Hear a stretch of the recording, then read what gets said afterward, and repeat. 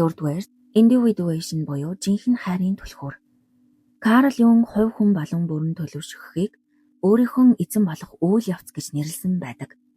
Энэ бол хүний амьдралдаа хийж болох хамгийн чухал аялал юм. Бусдын хуулбар биш. Өөрийнхөө жинхэнэ дүр төрхийг олох аялал.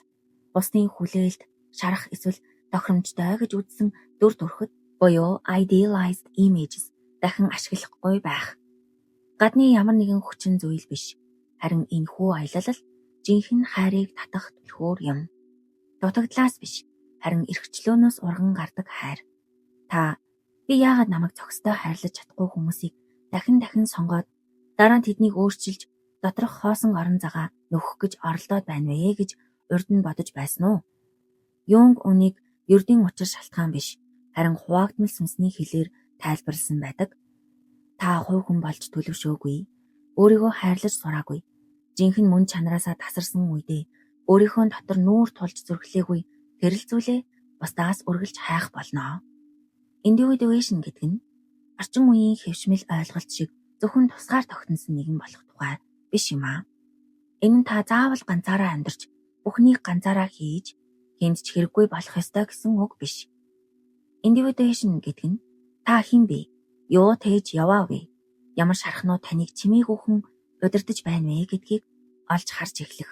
Мөн сонголт хийх чадвартай нэгдмэл, ухамсартай, чөлөөт бие хүн болохын тулд тэрхүү бүх хэсгээ хүлээн зөвшөөрч нэгтгэх тухай юм. Үргэлж хаягдахаас айж явдаг нэгэн эмэгтэйг төсөөлөд үзье.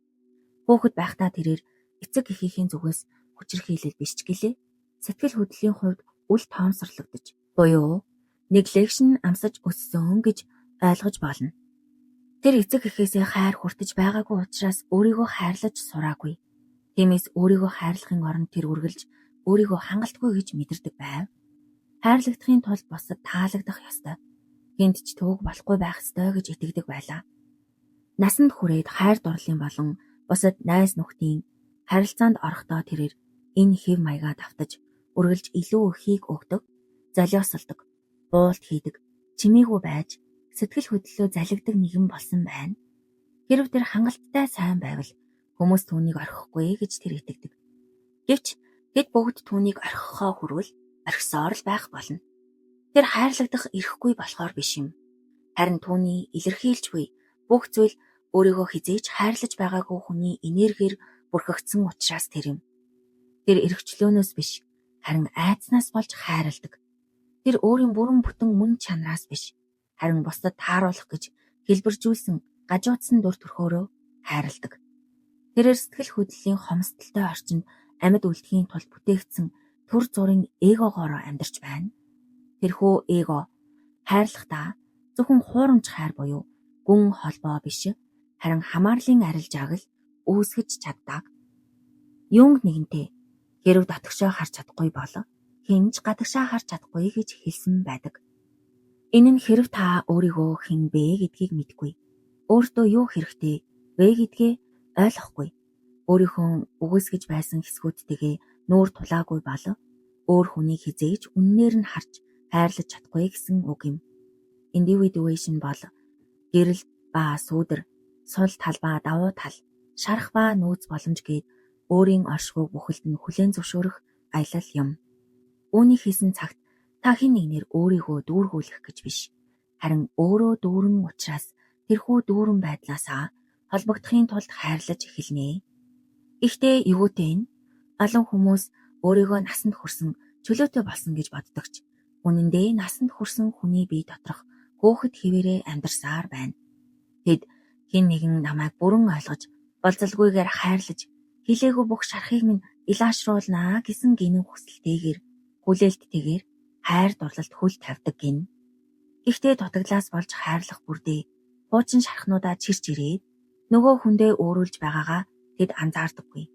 Бодлого нөгөө хүн нь тэр хүнд ачааг дааж чадхаа болно. Individuation бол өвдөлттэй үйл явц. Учир нь энэ нь танаас үргэлж зугцаар ирсэн тэрл хэсгүүд болох хоосон орон зай, ганцаардал айцтайгаа нүүр тулахыг шаардна. Та олон жилийн өвдөлтийнхөө төлөө бусдыг буруутгах чадахгүй болно. Та хайрын хоосон хохирогчийн дүрд дахин нуугдаж чадахгүй. Та өөрийн сонгосон зүйлийнхээ төлөө хариуцлага хүлээх ёстой.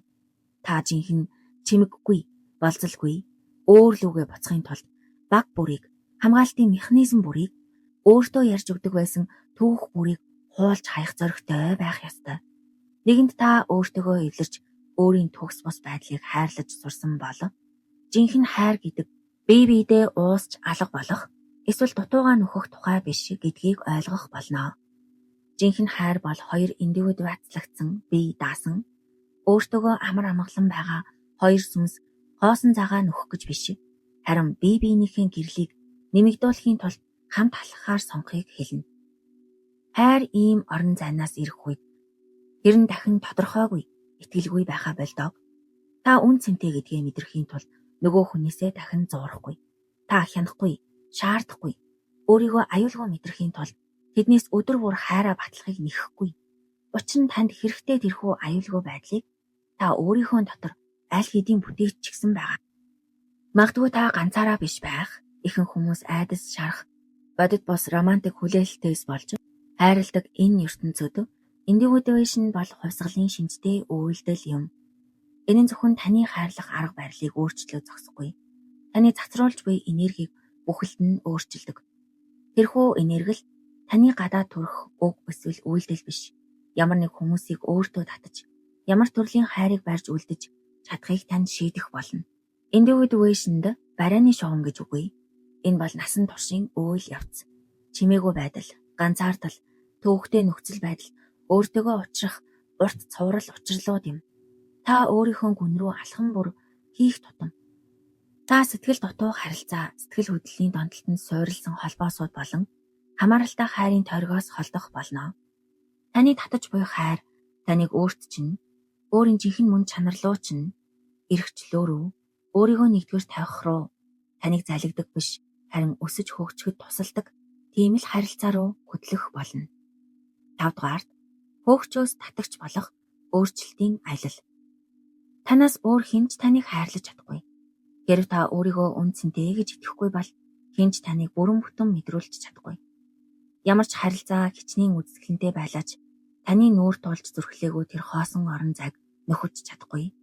Тийм учраас та энэ өөрчлөлтийн аялал бусдаас эхэлдэггүй гэдгийг ойлгоорой. Энэ нь таны дотроос эхэлнэ. Карл Юнг чихэр шиг амттай тайлгарл санал болгоогүй шүү. Тэрээр сэтгэл судлалыг сарнаа цэцэг шиг ягаан имчилгээ гэж дүрслээгүй. Юнг бол таныг өвдөлтийн чинь төв рүү буцаан татаж тэндээ үлдэхийг шаарддаг нэгэн байсан. Харанхуйтай шууд нуур тулж тэндээс жинхэнэ гэрлийг бол хамаарлын энергиэс ангажрах аялалд та маш цөөхөн хүний зүрхэлдэг зүйлийг хийх ёстой болно. Зогтохгүйгээр ганцаараа сэргэг байж өөрлөгөө алхамаар буцаж сурах. Одоо бүгдээрээ өөрийгөө хайрлах, сэтгэлийг хөгжүүлэхэд туслах энгийн хэрний хүчрхэг сэтгэл зүйн дасгалыг хамтдаа хийцгээе. Эхний дасгал нь одоогийн эсвэл өнгөрсөн харилцаагаа эргцүүлэн бодохоос эхэлнэ. Өөрөөсөө асуугаарай. Миний одоогийн харилцаа ямар түвшинд байгаа вэ? Эргцүүлээд үзцгээе. Би үргэлж төрүүлж мессеж бичдэг харилцаанд байна уу? Маргаан бүрийн дараа үргэлж төрүүлж эвлэрдэг хүн нь би юу?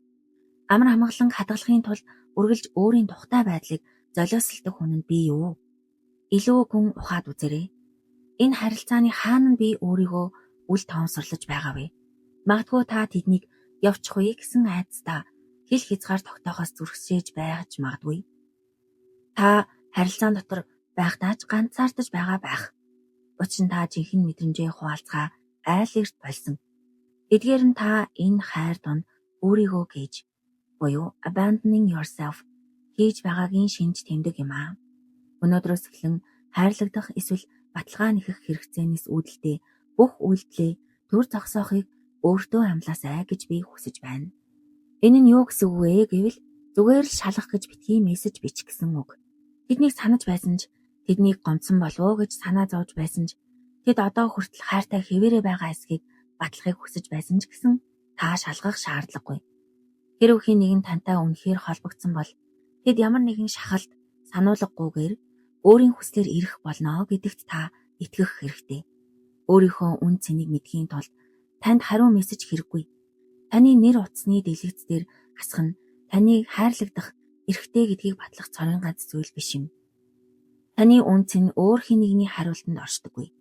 Энэ нь таны өөртөө өгсөн амлалтанд оршдог. Хоёр дахь дасгалт ухамсартай ганцаардлыг хэрэгжүүл. Ганцаараа байх гэдэг нь хэн нэгнийг хоосон орон зайг минь нөхөж өгөөсэй гэж хүлээн утсаа оролдож хэвтэх идэвхгүй ганцаардал биш юм. Энэ бол зоригтой намгүн байдал. Дотоод дуу хоолойгоо илүү тодорхой сонсохын тулд гаднах шуугианыг намсгах сонголт юм. Дараах алхмуудыг туршаад үзээрэй. Өдөр бүр сэтгэл хөдлөлөө тэмдэглээрэй. Өглөө бүр эсвэл унтахаасаа өмнө юу мэдэрч буй бүх зүйлээ бич. Төөрөгдөл, өвдөлт, уур хилэн, догдлол. Энэ нь заавал уран гоё, төгс байх албагүй. Зүгээр л үнэн байхад л хангалттай. Бичих нь дадал ухамсарт хуримтлагдсан зүйлсийг тайлж, сэтгэл хөдлөлийн харанхуй ноёрхож буй газарт ухаарлын гэрлийг авчирдаг. Дараа нь ганцаардлаас цухдахгүйгээр нүүр тул. Хоосон орон зайг кино, сошиал медиа, хоол эсвэл санамсаргүй мессежээр нөхөхийн оронд зүгээр л суугаарай. Үнэхээр суугаад үзхийг танаас хүсье. Тэрхүү хоосон чанар таны цээж, гэдэс, эргэн тойрны үйл үзэгдэх орон зайд хэрхэн түгэж байгааг мэдэр. Түүнийг нөхөх гэж бүү яар. Түүнээс асуу. Чи хаанаас ирсэн бэ? Чи яг юу хүсэж байгаа вэ? Тэрхүү намгүн байдалд та үргэлж дарахыг хичээдэг байсан тэрл чимээнүүдийг сонсож эхэлнэ. Зүрхний чинь дуу хоолой, хуучин дурсамжууд, хуучирсан итгэл үнэмшлүүд, илаашаагүй шархнууд. Эдгээр нь таны дайсан биш. Эдгээр нь таныг өөрлөв чинь хөтлөх зам заагч зураг юм. 3 дахь дасгал. Дотоод ертөнцөд итгэхэд анхаар. Өөрөөсөө нэг асуугаад үзцгээе. Бусад хайрлагдахын тулд та хичнээн их цаг зарцуулсан бэ? Хэн нэгний хувьд хамгийн тохиромжтой нэгэн болохын тулд хичнээн их энерги зарцуулсан бэ? Одоо тэр энерги эргүүлэн авчирч өөртөө зориулах цаг болсон. Энэ нь өөрийгөө өнгөн талдаа эрхлүүлэх тухай биш ээ. Харин дотоод суурай үнэнгүй босгох тухай юм. Бие махбодоо халамжил. Энэ бол таны хамгийн ариун сүм бөгөөд сэтгэл хөдлөлийн шарах бүрийг тээж яваа сав юм гэдгийг ухамсарл. Тэнцвэртэй хооллолт, хангалттай нойр. Өдөр тутмын хөдөлгөөн нь зөвхөн таныг эрүүл болгоо зогсохгүй. Таныг бусдаас хамааралтай болгодог, даалд ухамсарын стрессийг бууруулдаг байна. Бие махбод тань эрүүл байх үед та сэтгэл хөдлөлийн хувьд илүү оновчтой шийдвэр гаргадаг. Бүтээлч байдлыг хүлээн ав. Бичиж, зурж, хөгжим тоглож, загвар гарга, хоол хий. Өөрийн чадвараараа дамжуулан ертөнцтэй холбогдож, амьдарч, бүтээж байгаагаа мэдрүүлдэг юуг ч хамаагүй хийгээд үз. Бүтээлч үйлдэл нь таны доторх үн цэнийг сэрээдэг учраас хуваагдмал өөрийгөө илаашруулах хамгийн хүчрхэг аргуудын нэг юм. Мөн миний онцлон тэмдэглэх ёстой маш чухал зүйл нь өөртөөгөө дахин холбогд. Өдөр бүр өөрийгөө үнэхээр амьд гэдгийг мэдрүүлдэг зүйлд цаг гаргаарай. Үдшийн наранд алхах. Өөрийгөө илүү сайн ойлгоход туслах номын нэг бүлгийг унших, эсвэл аяг цай уунгаа аажуухан балгах. Эдгээр нь ач холбогдолгүй зүйл биш юм аа. Эдгээр нь би өөртөөгөө үлдэхийг сонгож байна. Надад дахин зогтох шаардлага байхгүй гэдгийг батлах хамгийн хүчтэй баталгаа юм. Ийм зүйлсийг хийх үедээ та зөвхөн бусдаас энерги татаад зогсохгүй. Өөрийгөө дотроосоо өөрчилж байгаа хэрэг. Та даалд ухамсартаа би хэрэгцээнээс болж хайрлахаа зогсооход бэлэн байна.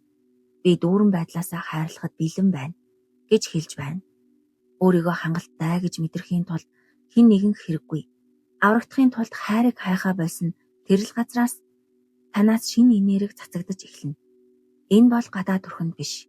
Харин таны жинхэнэ мөн чанар суурилсан бат зогсолт, амар амгалан, соронзон мэт хүч юм. 6 дугаарт өөрийгөө хайрлах үед ирдэг тэрл хайр. Та дутагдлын төлөв байдалд амьдрахаа болох үедээ өөр давтамж гаргаж эхэлнэ. Гуйх биш, урьдаг, зуурах биш, татдаг, цөхрөх биш, амар амгаланд оршдог тийм л энерги. Юнгийн тодорхойлсончлон энэ энерги нь төсөөллийн тусгалаас буюу прожекцнаас ангижирч өөрийн жинхэнэ мөн чанартаа нэгдсэн сүнсний шинж тэмдэг юм. Та дотроо амьдрах үн цэнтэй амьдралыг бүтээсэн учраас хоосон орон зайгаа нөхөх хэн нэгнийг олох шаардлагагүй болно. Тэр үед л та урд нь дутагдaltaй байхдаа үргэлж хөөгөөд барьж чаддгүй байсан тэр зүйлээ өөртөө татаж эхэлдэг. Та хэтэрхий их зүйл нэхэх үед бүх зүйл аяндаа танаас ухардаг. Харин танд юу ч хэрэггүй болох үед та сайн сайхан бүхнийг татах соронзон хүч болно. Карл Юнг бүрэн бүтэн байдалд өөрийнхөө нэг хэсгийг тасдаж хаях замаар биш, харин эсрэг тесрэг талуудаа нэгтгэх замаар хүрдэг гэж хэлсэн. Бүрэн бүтэн байдал нь таныг эрүүл харилцааг татаж эхлэхэд ирдэг. Хүмүүс ирж, үлдэж, тантай үнэхээр холбогдохыг хичээх болно. Учир нь тэд таны бүрэн байдлыг харж байна. Таны дэргэд байх нь тэдний хувьд таны сэтгэл хөдлөлийг үүрнэ гэсэн үг биш гэдгийг тэд мэдэрнэ. Тэд юугч батлах алгүй. Тэд өөрийнхөөрөө байж чадна. Та ааж бас. Та зөвхөн баталгаа авахын тулд үйлдэл хийхээ болсон учраас өөрийн жинхэнэ мөн чанарт нийцсэн боломжуудыг татаж эхэлдэг. Та орхигдохоос айцаар бос. Харин тодорхой байдлаар хөдөлж эхэлнэ. Энэ нь таныг илүү шийдэмгүй, гүн гүнзгий бүтээлч болгоно. Та чин сэтгэлийн болзолгүй, ашиг хонжоо хараагүй хайр инэрлийг татах болно. Та таалагдах гэж дүр үзүүлэхээ болсон учраас чулуун шудраг, тууштай, үнэнч хүмүүсийг татаж эхэлдэг. Таныг аз жаргалтай болгож чадах учраас биш. Харин өөрсдөө аль хэдийн аз жаргалтай байгаагаа тэрхүү аз жаргалаа тантай хуваалцахыг хүсэж буй хүмүүсийг та татнаа. Энэ бол хоёр чөлөөт хувь хүний хайр юм. Сэтгэл хөдлөлийн донтолтоос ангижирсан, үннээрээ бүрэн дүүрэн аажуу бөгөөд гүн амьдарч сурсан хоёр хүн. Тэд бие биенээ хэрэгцээний улмаас биш, харин хүсэл эрмэлзлээрээ хоосон орон зайг нөхөх гэж биш. Харин хоёулаа өөрсдийгөө бүрэн хайрлсан учраас сонгодог. Хайр тэр үед л хангалттай сайн байсны төлөөх шагнал биш болно. Энэ нь ижил давтамж дээр цуйраатаж буй хоёр сүнсний зам ёсны хариу үйлдэл юм. Тэд бие биенээсээ зуурах гэж хичээдэггүй. Бие биенээ хянах гэж оролддоггүй. Алдхаас айсандаа хамт байгаа биш юм. Тэд тоо томшгүй олон сонголт дундаас өдөр бүр бие биенээ сонгосоор байдаг. Энэ нь дахин зайлшгүй хэрэгцээ биш. Харин ухамсарт нөхөрлөл юм. Хамгийн гайхалтай нь та ийм төлөв байдалд байхдаа хэн нэгэн таны амьдралаас явсан ч та дахин норж унахгүй. Учир нь хайр таны үнцнийг тодорхойлдоггүй гэдгийг та мэднэ. Энэ нь зөвхөн таны дотроо тээж яваа зүйлсийг л тусгадаг. Та шархлах хэвээр байх ч өөрийгөө алдахгүй. Тэгээд босод үн цэнтэй зүйлс ирэх болно. Төлөвлөгөөний дагуу биш, зохиолын дагуу биш. Харин та зөвхөн хүсгээ болж өөрийгөө хайрлаж эхлэх тэрэл мөчөд ирнэ. Энэ аялал надтай хамт алхсанд баярлалаа. Эцсийн дүндээ таны хүссэн хүлээдэг тэрхүү харилцааны хариулт нөгөө хүнд чинь биш, харин таны өдөр бүр цацруулж буй энергийн мөн чанарт оршдог байна. Гайхамшиг нь юу вэ гэвэл Юнгийн хэлснээр та төр зогсоод дотогшоогоо харж өөрийгөө нэгдүгээр тавьж эхлэхээр сонгох бүрдээ түүнийг өөрчилж чадна. Хэрв танд бүтээх зүйл юуч байхгүй бол магадгүй та өөрийгөө бүтээж байгаа хэрэг. Жинхэнэ хайр хайрлахдах гэж хичээхээс ирдэггүй. Энэ бол өөр хэн нэгэн байх гэж оролдохоо болж өөрийнхөөрөө амьдарч эхлэх үед ирнэ. Хяналтгүй, зууралтгүй, гуйлтгүйгээр зөвхөн хүчрхэг бөгөөд бат зогсох оршихуй. Англиар хайрлахыг false in love гэдэг. Гэхдээ хинч хайранд ундаггүй. Тэд өөрсдийнхөө дотор хизээж харж зүрхлээгөө тэрл хэсэг рүүгээ ундаг. Хэрв жинхэнэ хайр байдаг бол энэ нь өөрийн мөн чанартаа эргэн ирсэн сүнсний зам ёсны хариу үйлдэл юм. Одоо амьсгалаа улам бүр гүнзгийрүүл. Өөрийгөө амралтанд улам бүр автаж байгааг мэдэр. Та хайр дурлалын, төсөөлийн тусгаллын өөрлөгөө буцах аялын дур зураглалаар аяллаа. Гэвч энэ бүхний цаана өөр нэг зүйл хүлээж байгаа. Илүү намгүн атлаа. Магадгүй илүү хүчрхэг зүйл. Учир нь та өөрийгөө хайрлаж сурсан ч бусдаас баталгаа хайхаа болсон ч гэсэн жинхэнэ эрхчлөөнөөс таныг холдуулж буй эцсийн нэг зүйл байсаар л байна. Таны судлаж чадаагүй байгаа хамгийн сүүлчийн зуралт. Энэ бол санаа зовнил.